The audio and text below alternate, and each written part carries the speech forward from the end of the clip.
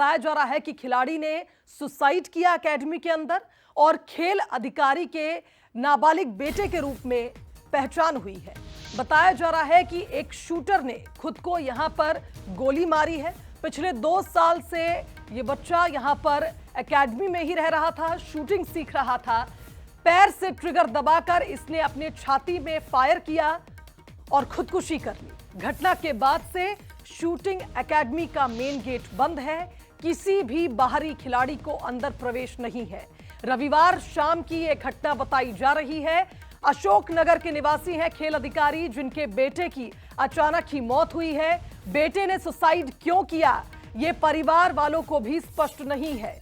15 दिसंबर से national championship शुरू होने जा रही थी और इस चैंपियनशिप में जो मृतक है नाबालिग, वो पार्टिसिपेट करने वाला था। काफी होनहार ये शूटर रहा है और आप देखिए अचानक ही सुसाइड कर लेता है, जिससे तमाम सवाल इस पूरी घटना पर खड़े हो रहे हैं।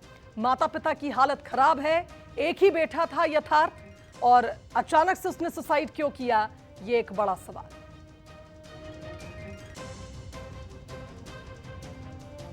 देखिए, शूटिंग एकेडमी में सुसाइड का ये मामला सामने आया। बताया जा रहा है कि देर रात मंत्री विश्वास सारंग भी पहुंचे थे एकेडमी। मध्य प्रदेश राज्य शूटिंग एकेडमी में एक 17 साल के नाबालिग ने शॉटगन से खुद को गोली मारकर खुदकुशी कर ली और जो यथार्थ हैं वो 17 साल के थे, अशोक नगर के खेल अधिकारी के बेटे थे। हालांकि यथार्थ ने खुदकुशी क्यों की और शॉटगन से खुद को गोली क्यों मारी, ये फिलहाल जांच का विषय है और इस पूरे मामले में पुलिस फिलहाल जांच पड़ताल कर रही है और इस कारण का खुलासा करने की कोशिश भी की जा रही है कि आखिर यथार्थ ने ऐसा कदम क्यों उठाया और उसके पीछे की वजह क्या है। हालांकि पुलिस जब जांच पड़ताल कर रही है उसमें शुरुआती स्तर पर यही चीजें निकलकर सामने आई हैं कि कोई सुसाइड नोट फिलहाल घटना स्थल से बरामद नहीं हुआ है और यथार्थ के जो माता पिता हैं वो यहाँ पर राजधानी भोपाल में पहुंच गए हैं। आज उनके बयान लिए जाएंगे, साथ ही खिलाड़ियों के जो बयान है वो भी लिए जाएंगे और उसके बाद घटना का क्या कारण रहा है, खुदकुशी करने के पीछे का कारण क्या रहा यथार्थ का,